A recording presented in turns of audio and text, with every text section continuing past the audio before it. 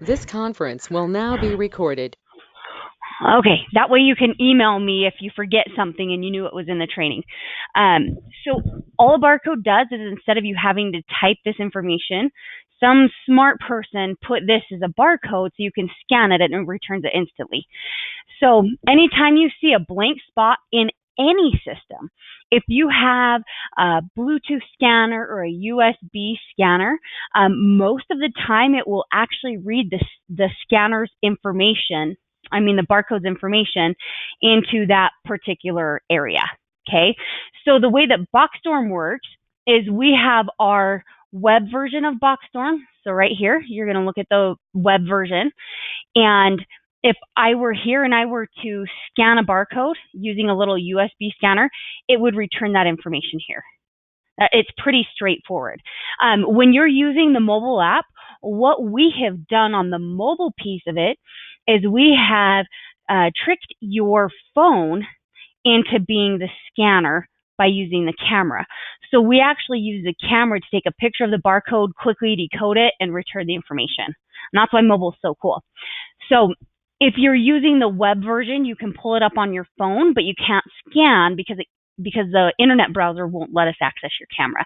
But if you have the mobile app, you can scan. Does that make sense, you guys, so far? Oh, yes. Yes, that Okay, makes perfect sense. perfect. Okay, so now getting into these types of barcodes that you have the 1D, which is those straight lines that you saw, and then you have 2D barcodes. Now, a 2D barcode, you guys are probably, you've seen these, and Boxstorm can read these. So this is going to have multiple lines of information rather than just one line. So if I were to scan this, it would probably tell me the part number, and it may tell me a lot number and an expiration date. So this one just has more data in it, and we can read it, but we don't print that type of barcode. So if you do have QR or 2D barcodes, we would just need to know what order the information is coming in so we can tell Boxstorm how to read it. And then jumping back here, this is probably one of the only things I'm going to have you write down. And if you guys were here yesterday, I had you write it down. When you're working with barcodes, you need to know that the UPC equals barcode. So write that down. So if you're typing in a barcode or importing rather than scanning in a barcode for the first time, that's where you would put it, is in the UPC field for the item that it belongs to. So it will tie that barcode to this item. So if I had a Pepsi bottle, I would type Pepsi, and then I would either type in the code below the Pepsi bottle or scan it in. So I'm showing you on the computer, but you can also do that using a mobile phone. So I'm going to pull in this one and show you really quick. If I were creating a new item here on the mobile device, you would hit new item, type in Pepsi, put in a description, 16-ounce bottle, put in a price if you're selling it. If you're not selling it, you don't have to put a price. And then here you'll notice I can hit that barcode, which will then activate the phone to decode it, or I can still type it in, whatever you guys want to do. Okay, so that's the basis on mobile.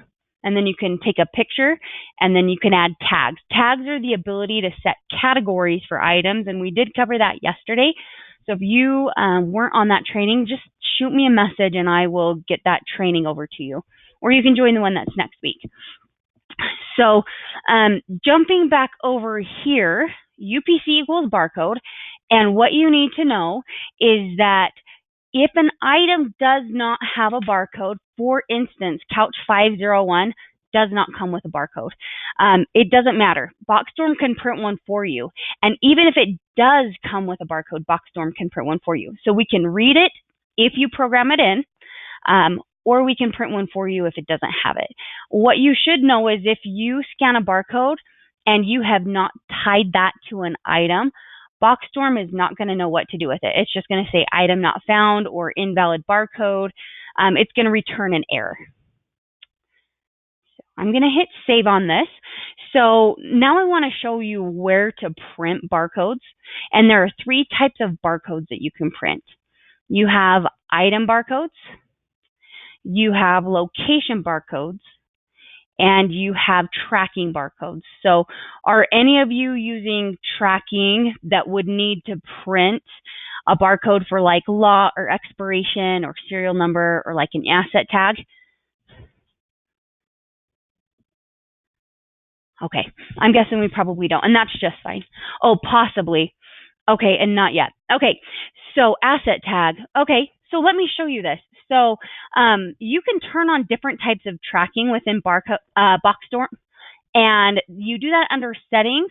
And then when you are under settings, you have different areas here. So the tracking is item specific, and you'll notice I just so happen to have asset tag. I demoed that yesterday. So you can come in here and you can change these to say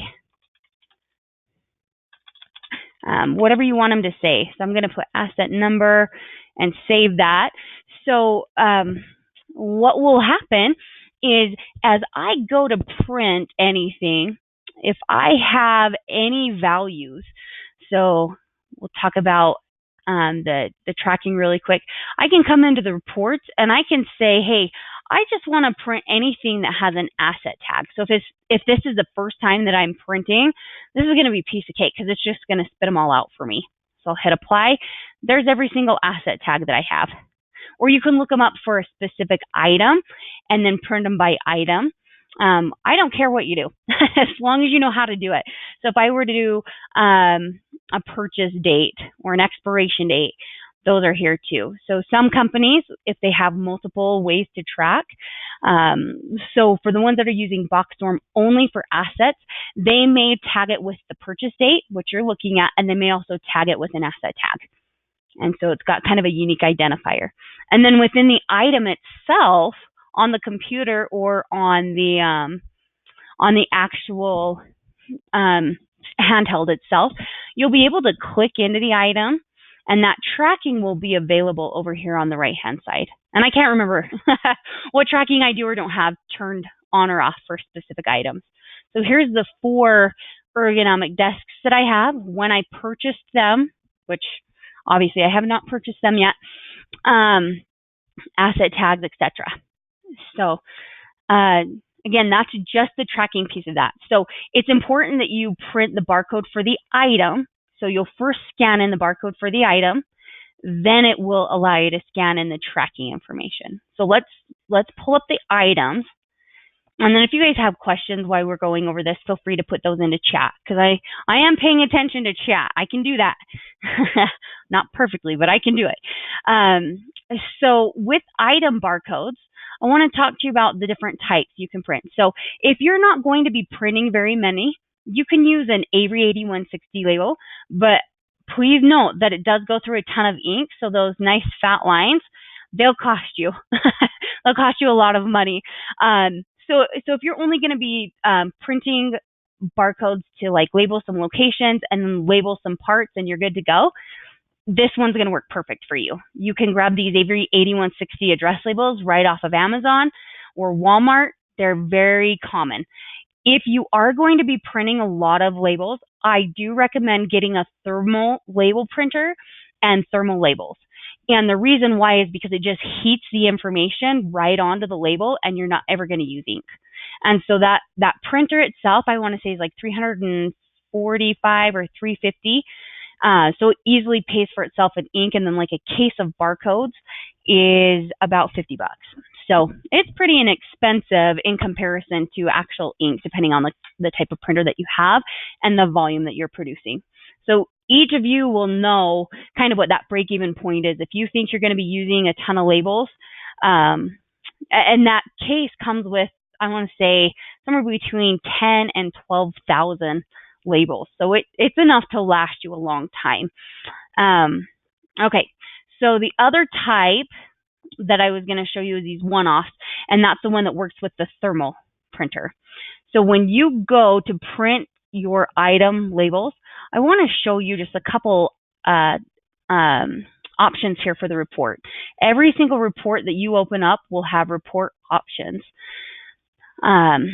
Let's see. So the first thing we want to do is we want to put in a count. So if I only had 4 of those ergonomic desks that we looked at, we would put the count as 4, and we would look up the item. So, and I want you, I'm going to do this again so you can see something. I want you to notice on that ergonomic desk, I have, here is the description, and I kind of shortcutted it. I just put a period at the end. You can have a longer description. I'm just lazy sometimes. So I'm showing you that because I want to show you when you're printing the labels, you can turn the description on and off, and you can choose to show the price or not show the price, all depending on what items you're printing labels for. So as soon as I do this and I hit apply, you'll now see 4 barcodes for that specific ergonomic desk. And if I want, I can quickly go in and go, oh, maybe I don't want the price on that, or maybe I want to simplify it and not even show the description. And there we go. We just have a simple ergonomic desk. So pretty straightforward on printing labels. The next thing I want to show you is barcoding for locations. You guys, are any of you tracking bin locations or shelf locations within your warehouse, or is it just a simple location? Bin locations. Okay, so I have kind of a simplified version so you can see what this looks like to kind of simplify the process, because we can make this more complex, obviously, if we had bins all the way across here. But the way that most companies will set this up is they will have either a number or a letter for the shelf itself. So that's this whole thing. And then they will label each individual shelf. So this is shelf 1, 2, and 3. So when you're looking in Boxstorm and you see A3, you know that you're going to walk to this shelf and look on the 3rd row. Okay. Now, if you have A3A, this would be bin A, and then bin B, bin C, bin D, all depending on how you have it set up. And every single company is different. And that's why I kind of generalized this. So I'll show you how to set these up in Boxstorm and how to kind of tier these. This is what's called a parent location. So this is the main location. And then within that, I'll have that shelf. So I did shelf 1 rather than shelf A. And then I did bin A, bin B, bin C. So maybe I have big bins. It doesn't matter. The way that Boxstorm works is if you say, hey, I have bin, we'll go with G. I can't remember what we're even on. It'll ask you for a location path. And if you know that that's in Atlanta, it'll, oh, E, F, G. I got a couple more. We're going to do G. We're skipping F. We don't believe in getting Fs here. We're all going to, we're going to ace this training. So if I assign this to Atlanta and shelf 1, it's going to segment this under here. So it's treated as a child location. So now bin G will be the end of this, and I'll hit save. Okay, and I've typed these out just so it's easier to see. You guys are probably going to abbreviate it, and that's fine. I just want to make sure you understand the concept. So once you get all of your locations built, and you do have imports, so you can import these. Anytime you see these 3 dots, that is an import option. And every time you see an import, we have a cheat sheet for it. So, and I am going to work with John towards the end on some importing for items and quantities. So you guys are welcome to stick around if you weren't here for that yesterday. So with those locations, once you get those, you can come into reports, and I'll show you how they work. So if we were to come into our barcodes again, right now it's just going to print one off for everything. But let's say we got a new shelf in and we only wanted to print for that shelf, or we only wanted to print for that specific location. I can actually come right in and say, I only want to print for shelf 1 in Atlanta and include all of the bins or the sub-locations for that. So anything that was tiered below Atlanta and shelf 1, that's what's going to print. And you can put descriptions on your shelves too and choose to print those. I'm going to hit apply, and you can see all those different bins that we've now printed barcodes for, and then the shelf itself. So you guys have questions on that so far? Or we can go all the way to the top of the location itself. So Atlanta. Would help if I put that in order. Atlanta includes sublocations, and then not only will it do shelf 1, it would do shelf 2 and 3 and 4 and anything else that we would have that we would need. So shelf 1, 2, and 3. So you guys can be as specific or as general as you want on your locations. Again, I don't care as long as you understand what to do and where to go and how it affects the system. And then just to show you a little bit easier way of viewing this, when you have your inventory and it's in multiple locations, when you click on the quantities, this is how it's going to show up. So this is just kind of a generalized location. We have one here. We have 3 in this warehouse. And on bin C, on shelf 1 in my warehouse, we have 197. So I want to show you a couple really quick tricks on the computer, and then I'm going to show it to you on mobile. It's important that you understand how it works in both systems so you know how to view it and what you're doing in both and how it correlates.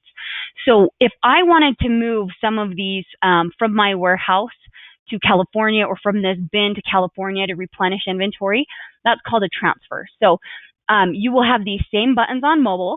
There's 4 of them. This adds inventory to this location. If you do it here, you can add a completely different location. This will subtract it or remove it if it's damaged. This will transfer or move it to a new location.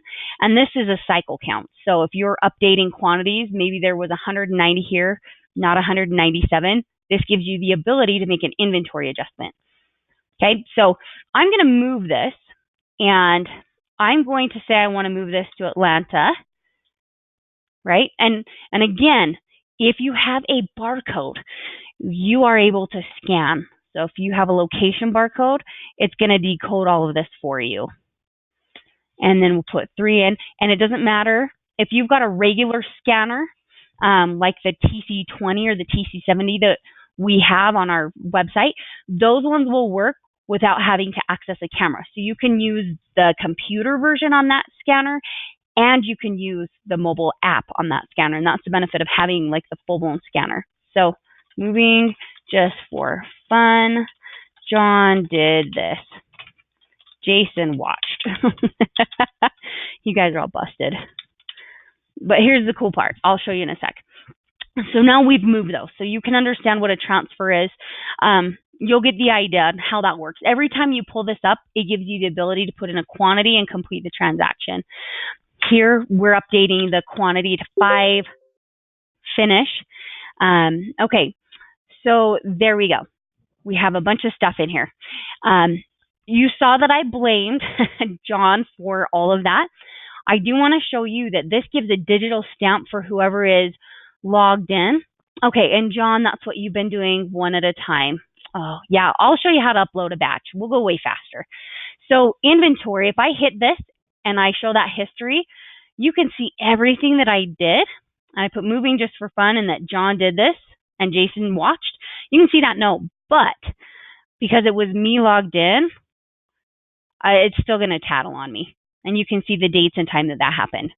So again, this is going to help you with an audit trail. I'll close this out. Same thing is going to happen from mobile. So I'm going to go back into the item portion of this. So this updates in real time. It doesn't have to be cached. It's just like an email address. If you email out of your phone, if you log into the computer, it's updated. So this is my inventory item.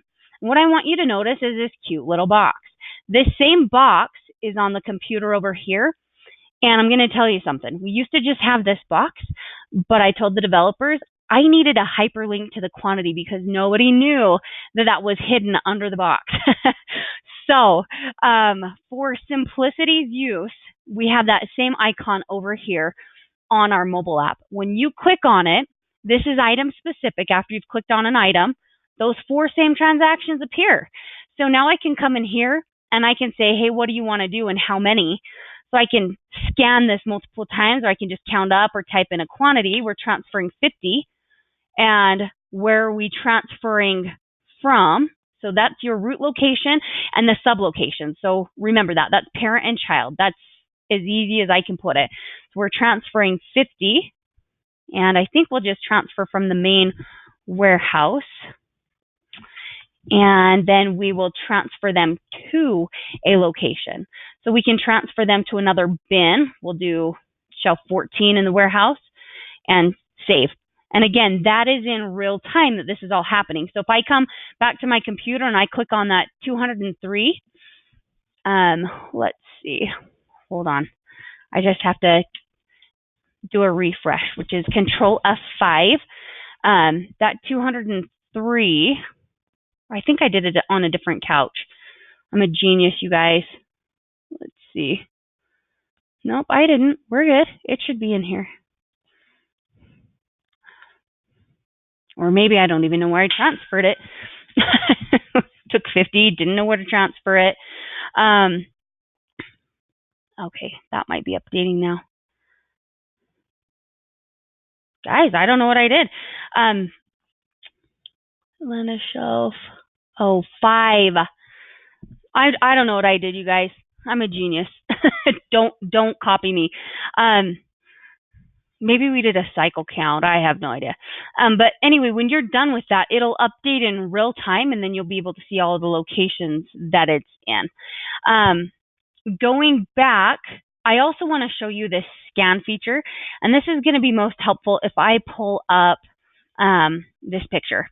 Because I don't have a scanner hooked up to this, I can't scan fast enough to show you all this data, and I don't want to bore you to death. So when you have this scan list, it's no different than this picture that I'm going to show you. Once you scan a bunch of items, you'll be able to pull up these buttons like you're seeing over here. So I'm going to pull that picture, and we'll talk about it a little bit more in depth because it'll change your life. So you can scan the barcode to this couch and type in 6, or you can scan it 6 times and it will count to 6. Then you can move to this chair, scan it 3 times. And if you scanned that couch again, it's not going to add it to the next line. It's going to count the quantity up. So you need to remember Control F5. You do need to remember that. So if you're not seeing what you need to see, hit Control F5. But anytime you scan something, it will apply it to the right item so you can keep counting. And then let's say you had received a shipment or you had just in a cycle count. As long as all of these items need the same transaction applied, then you would be able to just hit plus and then assign them a location. Or if you were counting on shelf 1, this was the updated quantity for the couch, this is the updated quantity for the chair, plant, etc., you would hit cycle count. So all of those barcodes that you have, John, somebody could have technically gone into the warehouse, opened up their mobile app, scanned that barcode, and then hit cycle count and entered the quantity that was there. So rather than putting it into a spreadsheet, this is another way they could have done it, is just putting the quantity here. Or you could have come right to the item, and you were not expected to know this. So you could have come right to the item and just hit this box and said, I want to add some inventory. I've got 10 of these, and where are they at? Well, they're in my warehouse. Save. So if you only have one location, it'll default to it every time. So now we have inventory for that specific hanger that we just added. Okay. Going back over here. So again, I just want to reiterate, they do not have to be the same barcode. Most systems make it so you can only scan a barcode at a time and then tell the system what you're doing with it. As long as all of these different items and different quantities have the same transaction, you get to group them together and it's going to apply the same transaction to all of them. And I see some chats coming through. Oh, cutting in and out. Can you guys hear me any better now?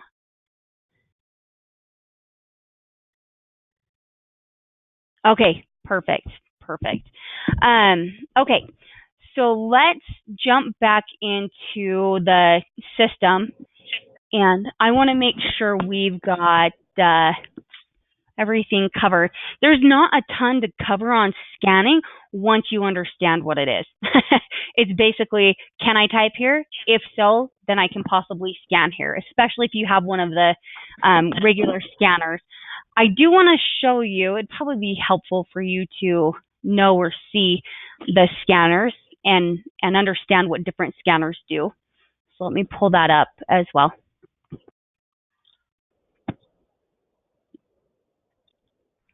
Okay. So with your scanners, so this is a corded scanner. You would have to have a laptop or anything that would have a USB will work with this type of scanner. Okay, they're usually more affordable, but they don't have an interface. Again, so they have to be connected to something. It's not going to work with a cell phone. It's USB. This one is going to be a USB scanner, so you won't have a cord that you have to plug in, but you would be able to be a little bit more mobile and use that. And there are some scanning features built in directly to Boxstorm itself on the computer. So if you come to scan inventory and you hit add or cycle or whatever you're doing, it will keep this transaction until you tell it that you're doing something else. Then you can scan the item, select the location, and you can lock a location too. So if you're just sitting in a stock room and you're doing cycle counts, you would come in here and you would be able to come here, scan the item and location, and you'd be able to keep scanning and put in those quantities and then hit save. Okay, so this is built for quick transactions that are all the same, but again, it's going to be one item at a time. And it will work with the regular scanner that has the interface, not just the corded or Bluetooth. So, and then on a sales order and purchasing both, you need to know this. So if you're using sales at all, the sales order is built to scan items just on the computer version. So if I pull this up, you'll see that you can scan items onto the order. So if I scan that couch 10 times, it's going to count it up to 10. If I scan this one 5 times, it will count it up to 5, and I can just stay on the screen. So some companies will use this as a point of sale, or they'll use it to check out items to employees or different things like that. So that is all built in here, and then you can, when you hit fulfill, that will actually remove it from inventory. So until you hit fulfill, it will show that these are committed or being requested, but until you hit fulfill, this will not change to 184. Okay, so think of it as 2 steps. And then you can also pick tickets through here. So if you're on a scanner, you would be able to see this type of information on what needs to be picked. Going back to a purchase order, it's the same idea. If you are on a regular scanner, you can run this web version. So if you are creating a purchase order, you would be able to walk through your warehouse and scan everything that you need onto an order and type in quantities or what have you. Okay. But going into the mobile version, I want to show you the sales order piece. So you can add a customer, you can have a sales order in this. We will be adding purchase orders. You will see that depending on which version you're on, you'll get purchase orders added in. And then shortly, we're going to add picking for sales orders onto mobile, and we will also be doing receiving for purchase orders. So you'll be able to scan against the purchase order to verify quantities were received.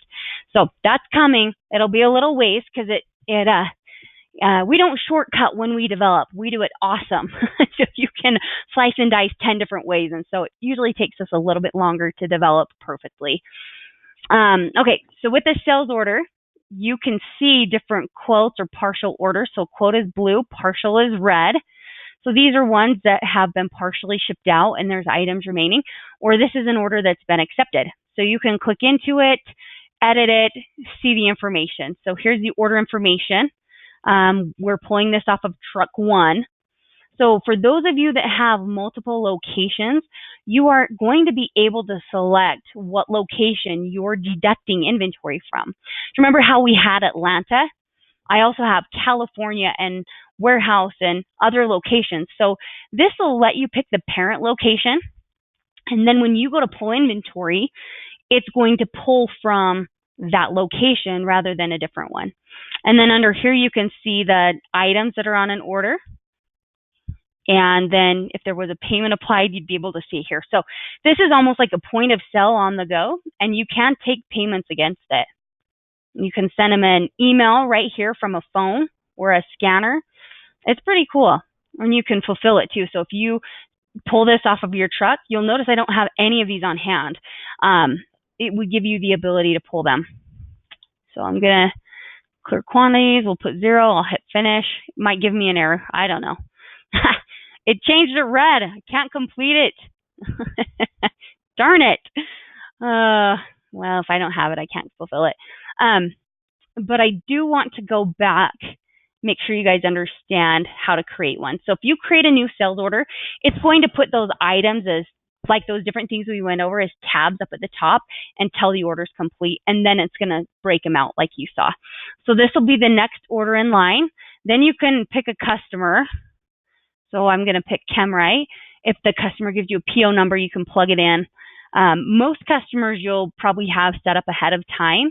If not, you can set them up, put them as due on receipt or whatever payment term you have. You can assign a sales rep to them, put an email in, and then you can do quotes or accepted orders. Accepted orders assumes that you need to fulfill it relatively quick. So then with items, again, mobile app is going to be scan friendly and tap friendly. So I can come here, and anytime you're seeing me use a mouse, you could tap it. So we could do a credit return, a miscellaneous sale, whatever we want to do. So I'm going to sell an item, and again, I can scan them in. And if I scan something in 10 times, it's going to count the quantity to 10. Or I can come directly to the item itself and click on it as if I were using my finger, and then put in the total. And you'll notice, what I want to point out to you is that before I even add this, it's telling me how many I have available. So if I want to see if I have more available in a different location or on a different truck, I would be able to pull that information and see if I had more available. So I'm going to just check my general warehouse.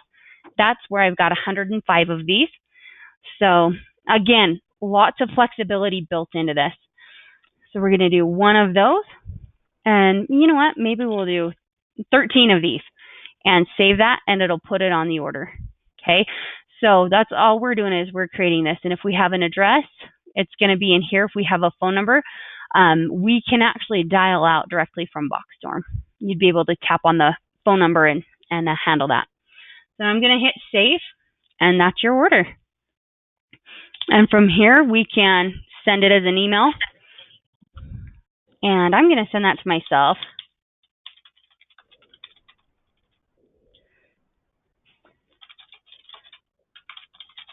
This is for all of us. We're awesome. Okay, and then that'll come through, and I can pull that up for you. But it'll attach the invoice to it, and you'll be able to look it up. And then if you have a credit card, you'll be able to run a payment through here. We use Stripe. I think those are the basics on mobile itself. Do you guys have any questions that I have not covered that you feel like you're missing information on? Or do you feel like you have a general idea of where to start and how to get going? And you're welcome to speak up. Yeah, I can. So I can. This is probably a basic question that everyone else knows the answer to. So I have it on my phone. I have it on my computer. I don't have a handheld scanner, but I want to get one. How does that, do I need to hook it up to my computer? Will it go into my phone? You have multiple options. So we also have little Bluetooth scanners that you can get that will sync with a phone. So the first question you have to ask yourself is, will the mobile app do everything that you need? If it will, then you can probably just use your cell phone and use the camera piece to scan the barcode, because the mobile app uses your camera to decode the information on the barcode. So that's how we've written it. It's kind of to trick your phone, if for lack of a better way to put it. And I got an Apple, but sometimes it doesn't pick up the barcode very well. Okay. Do you guys find that the handheld ones work better than the camera on the phone? Yeah, definitely. The handheld is built for scanning. So what we're doing with the barcode is the camera actually takes a picture of it quickly and feeds it back in, but it just doesn't save the picture. But it's all happening in a split second. And so it's decoding the information so you don't have to type it in. So what I generally suggest is, if you are finding that your phone is slow, it is probably smart to either get a Bluetooth scanner to link into it, because then a Bluetooth scanner is made to read a barcode quick. And that's the benefit.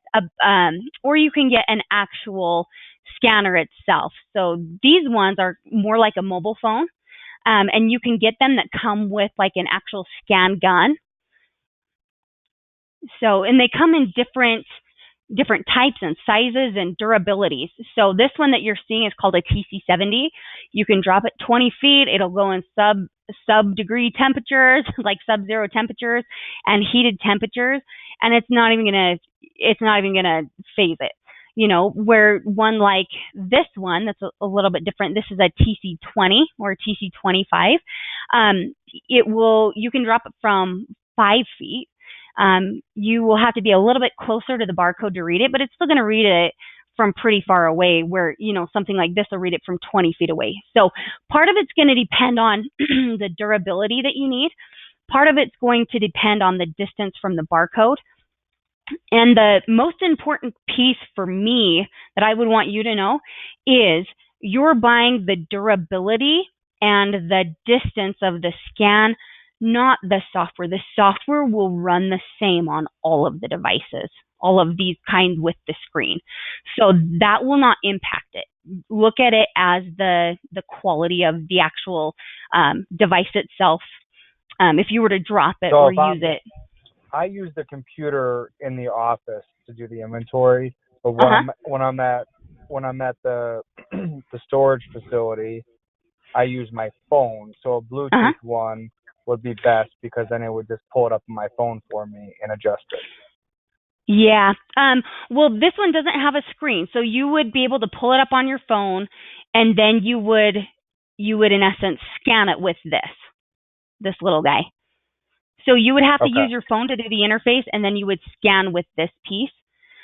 So just to give you an idea, that would be the exact same as this, except you do not have to use your phone at all. So these actually connect live into Boxstorm still. They can use a Wi-Fi or a cellular connection.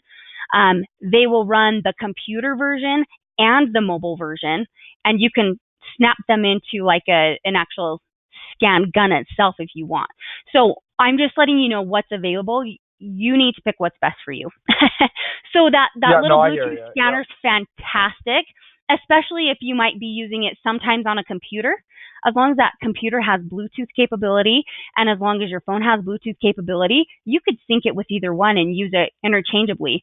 But this one would eliminate you even having to have a computer or a cell phone at all. I lost my screen vision.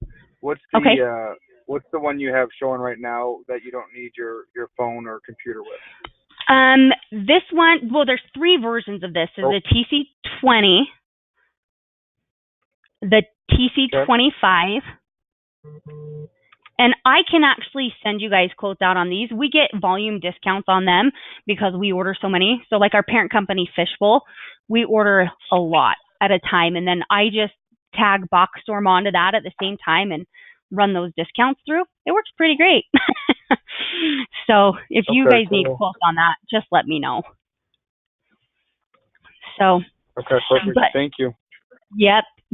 The 2 I'm probably going to steer you towards is the TC25, because that's the one with the cellular connection, and then the TC20. And the TC20 is the one that's like you can go out in freezing weather, hot weather, and you can drop it from 20 feet and scan from like 20 feet away, depending on the size of the barcode. Okay. And then I think the last thing maybe we ought to talk about is probably the printers too, might be helpful for you to know. So let's see, a GC420 is the printer that we prefer. And so this will spit it out on a reel. So if you want to look at the printer itself, it kind of looks a little 1990s, but I'm telling you, it is flawless. It works so great. It's one of those ones you plug in and you go, you install that driver, and then you're just good to go.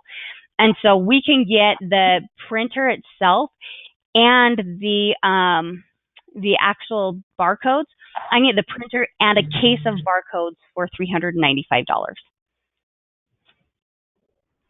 So those were the ones I was talking about. So if you guys need help on that too, let me know.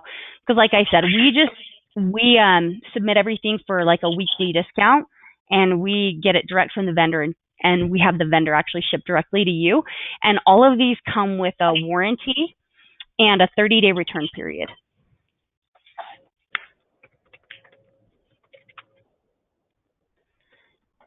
And I'm trying to think if there's anything else, you guys. I'm really not sure that there is. I feel like we've got a pretty good head start on what to do and where to go, but that's from my perception because I live in this stuff. So what other questions do you have that we may not have talked about yet?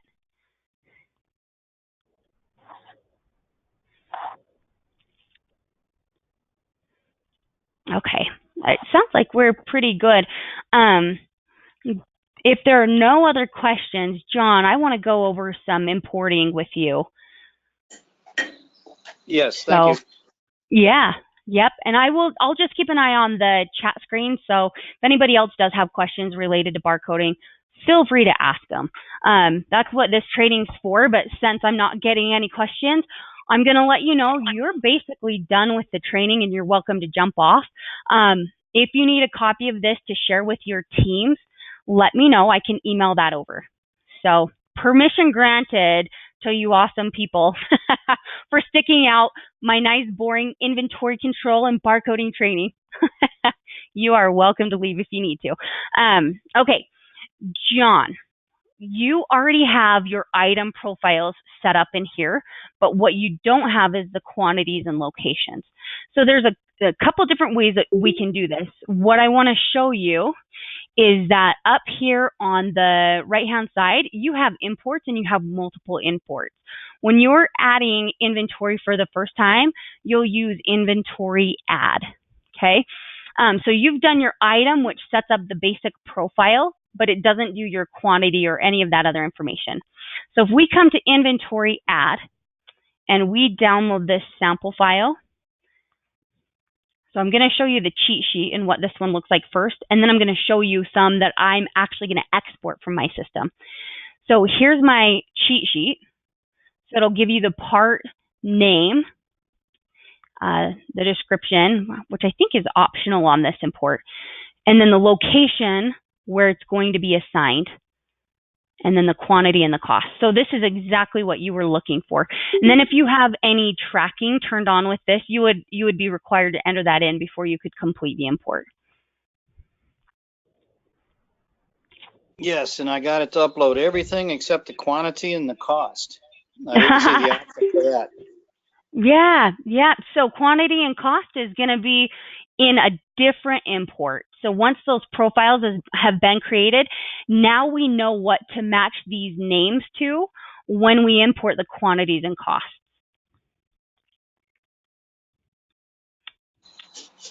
So okay. The first one is your horse, the next one is your cart. So okay, I got the first one down pat. I figured that out. Yeah, you do. You've got your first one down pat, and then your locations, you'll be able to come in and plug those in here. Once you'll want to also make sure those are set up in Boxstorm, because Boxstorm's going to try to match these two. So it has to know what it's matching to. So it's got to know what part I figured that out after on. multiple upload errors, and then I figured out that I finally figured out, you got to type in these locations before you upload. Oh man. I got that down. Well, I want to look at something really quick, because you're going to be able to come through here, and anything that's quantity 0, I want to say we can probably export. So you can filter your data. So I want to see if we can look at something really quick. Only items with quantity.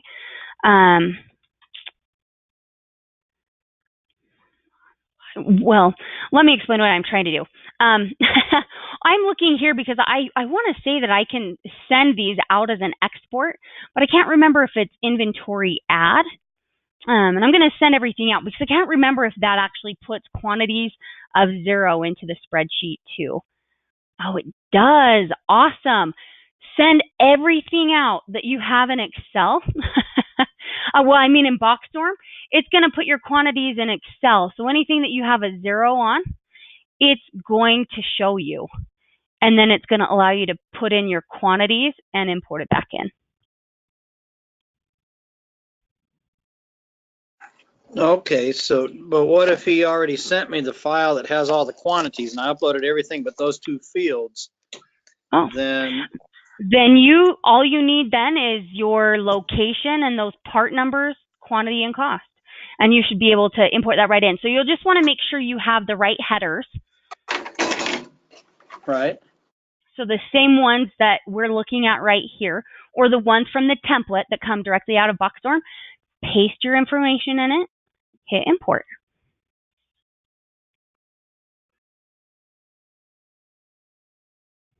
That's it. Wow. I wish I had known that a couple weeks ago. Hours and hours ago? Yeah, yes. My word. Well, you just reach out to us. We will help you cheat as much as we can. We think of cheating as a smart, as long as it's not illegal. All right. So basically, I do the initial upload or import rather. Then once it has those actual items in there, I import it again. Then it grabs the cost and quantity fields. Yep, that's exactly what you do. So I needed to do it twice instead of once. Oh, wow. Well, they're 2 separate imports. So you got the first one perfect, and then it's not your fault you didn't know there was an inventory ad. They're all kind of hidden in here, and the one that we stress online is the item one, because that's the one we get asked the most questions about. And so that's why we have so many trainings built around that. But to me, doing these trainings, inventory ad is equally as important. Wow. So, well, I know this wasn't your topic for the day, but I appreciate you taking the time to show me this. You just saved me a lot of time. I saved your life. Woohoo.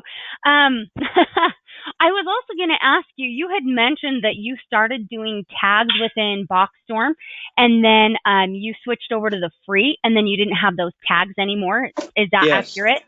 Okay. Yes. Did you have those tags in the spreadsheet, your initial spreadsheet? Yes, it was one of the fields in the spreadsheet. Perfect. And I just imported it into the tags. I still have all the information. Okay. Then, so I'm going to tell you. I'm going to tell you right now, you would be able to import those back in. So if you ever switch to a different version, so it's just you and I now, so you know. If you ever switch to a different version, so basic is the one that has tags. Yep. So item categories, it's $19 a month. You don't have to be a rocket scientist and use all of these other things. Those tags actually play into a lot of reports and a lot of information. So let me explain.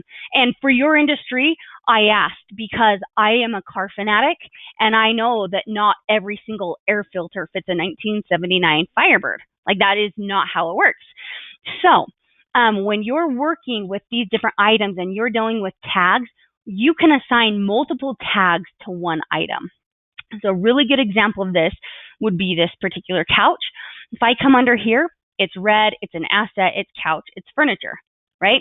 It's not just one tag. So if you're putting those on your Excel spreadsheet, you just put a comma between them. You don't even have to put a space, and it will read them differently. And you can have, I want to say it's 100 different categories here.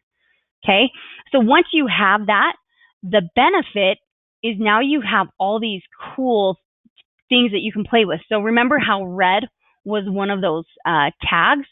I can come in and I can filter by that tag now and type in red. And when I hit apply, it's going to narrow down anything that's been tagged red. So you could tag the type of make and model that this goes to, like the year, make and model that this will go to as one of those things. You can tag it as batteries. You can tag it as, exterior or interior, different things like that. And then you can hit save. So I'll type in red, and that's how you get these little, almost bookmarks of your different lists up here. So that's a big deal. And so when you're working with somebody who's restoring an old car, or if they're working on a certain type of vehicle and you have that categorized in here, you can come into reports, and this becomes a marketing tool. You'll come to item price list, and you'll say, oh, somebody's doing this. They are redecorating a house. So for me, I might look up just my couches, and I want to send them a price list of just couches. I'm going to hit apply. There's my price list. I'm going to save it as a PDF and email it over to them.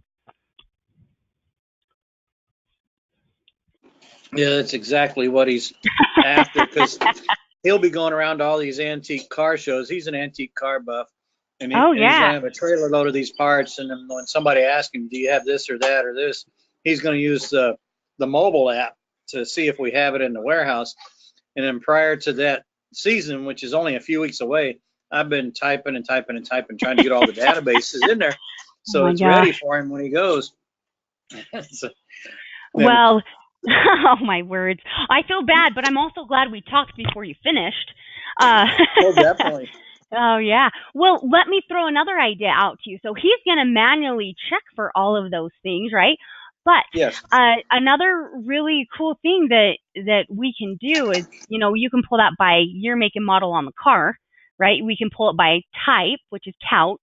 The other thing that we're going to be able to do is, if he wants to sell those and he doesn't want to have to babysit somebody and be there all the time, you could do an integration with Shopify. I want to say Shopify's $29 a month. Let's look it up so I'm telling you correctly. Shopify.com. Pricing over here. Yep, $29 a month. So you don't need these other versions. With Boxstorm, you'll need the $29 version. And so what will happen is he will be able to have an online store. And I have one that I have set up. So here's Hi Fox. This is my online store that's pretty lame. You can buy flowers and that's it. But for him, he would actually be able to give a website to somebody. They would be able to come in here, buy everything that they want, add it to their cart, check out, take the payment, like plug all the data in, just like you do Amazon or any other website. I'm going to plug in my information. I think it's already in here somewhere. You read my mind, because that's actually the next step after we get the entire database full. We already have a Shopify store, but nobody knows it exists. And then and then I was gonna, but there's almost nothing on it, and we've never had a single sale other than what I bought. You're gonna die. So now I'm gonna continue to shipping. They'll have to pick whatever shipping they're gonna do, and then let's say it's USPS. Continue to payment. Plug in your payment. I put cash, which we can't do online, but that's because I'm lazy. Right. Okay, so I want you to notice I have not touched anything else. I'm acting as a client. If I come into Boxstorm and I go to sales orders, check out what just came in. Let's see. Control F5, and this has just come in from my website directly. I didn't have to do anything else. Here's my freight charge. Here's the plant. So people would be able to order online, and he would be able to ship. And we have an integration with Shippo. So he can come in here and ship it out and print labels directly out of Boxstorm. He can rate shop carriers. So UPS, FedEx, USPS, anything else that plugs into Shippo will pull in here. And then once it's been shipped, it will actually put the tracking number back in. And then that tracking number also goes to Shopify, and Shopify sends an email to the customer with the tracking number. So it just completes the whole circle. Wow, that's pretty neat. Yeah, we'll be setting that up after once I get all the stuff entered into the database. That's the next step, is doing the website. Yeah. Well, and it's actually not going to be that hard. So you can put all your items in online, and then link them to Boxstorm, and you're done. So that particular plant that I had, let's see, the flowering plant that's online, if you come here, I have an e-commerce tab, and it will tell me the name of it online. So you can create those exact profiles online with the exact same item names in Boxstorm, and Boxstorm will know what to match them to, and then you don't have to link them at all if the names match perfectly. Wow. All right. Well, I appreciate you taking the time to show me that. My battery's falling quick, so if I drop off, I'm not being rude. My iPad's about No, to you're die. fine. You're fine. Well, it's all of these things you want to know. I know your industry because I love your industry, and so I'm like, oh, this is what I would do.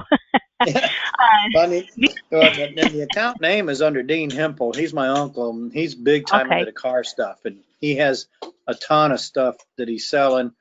And then he just bought a bunch. He's always buying and selling stuff at auctions. And Yeah.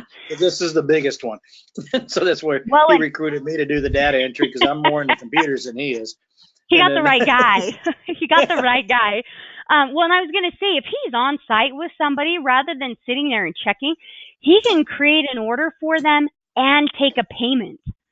So if he's with them at a car show, put them in as a customer, create a new customer, put them in, put all the items that need to be sold on here, switch it over to accepted, and then when he comes back into town and he's looking at his sales orders, he's going to be able to see the statuses on the oh, ones that okay. are accepted. He knows he needs to ship them out. He'd be able to see payments if payments were made. So he would be able to actually take payments and create orders from the actual car show without having the inventory. And then if somebody was asking him about his website, he can give them a card, send them to Shopify, and Yeah. they can check out and do stuff later without him having to babysit. Yeah, that's the whole idea, is to get it automated. And then the only thing then is shipping, and we can handle that part. But Yep. that's a good kind of problem to have, because that means you're selling. That is a good problem to have. The other thing that you get going is once you have all of it automated, is then you can do Facebook marketing or Google marketing. When somebody types in certain information, your Facebook ad or your Google ad will pop up. And when they click on it, it'll send them to your website, and then they buy. So it's advanced marketing too once you get that set up. So like some of my personal clients that I do stuff for, like I do their marketing and I send them to the online store, and then people just buy from them. Like nobody's having to babysit and try to find clients because the ads are just doing it. So you guys can get to that point where you're automating your inventory, and then you can hire a marketing company and they can go build your ads and send people to your website. Yeah, that'll be the next step, hopefully in the next month or two. Now, this email I got from you today, I know that was probably automated as soon as I clicked register. Is that a way for me to actually contact you directly? Yeah, no, that's my personal email. Okay, good. And then we'll probably be contacting you in the next few days. I'm going to get online here in a little while and see if I can do everything that you just showed me. And then hopefully I won't have any stupid questions. And then. Well, if you do, I am here. And I am more than happy to help. And just so you know, you do have full access to our support team, even on the free version. We do want to make sure that you get the help that you need so you're not spinning circles. So if you email support@boxstorm.com, you get a whole team rather than just one person. So they do answer a little bit faster than I do since there are more of them. I tend to be on the phone all the time. I am female. What can I say? Then where are you? Or what time We're in zone Utah. We're in Utah. What time zone are you in? Oh, we're in the Eastern time zone. We're on the opposite side of the country. It was funny when you were using Atlanta as your demo because I live in a suburb south of Atlanta. Well, I like Georgia, so Georgia's on the map. And then, well, we appreciate your time, and we'll be in touch soon. Yep, not a problem. If you need quotes or anything on that hardware, let me know and I can get those over to you, and I can get those discounts applied as well. And then, great. This sounds weird, but on our online hardware store, I get them cheaper than we have them listed. So I can send you a link and it will have the discounts on like the printer and the paper kit, like if you're doing those types of barcodes, and everything else. And then you can just pay online and then I can ship it out. So just letting you know, there's a way around all of it. All right. Yeah, and we'll probably be upgrading the subscription too to the paid one when we get the website going. Definitely, we're going to need that. Yeah. So right now we're just trying to learn the ropes of the system here. That is half the battle. With the Shopify integration, what you should know is you'll have to have the ultimate version of Boxstorm, because that's the one that includes Shopify and Shippo. Okay, that makes sense.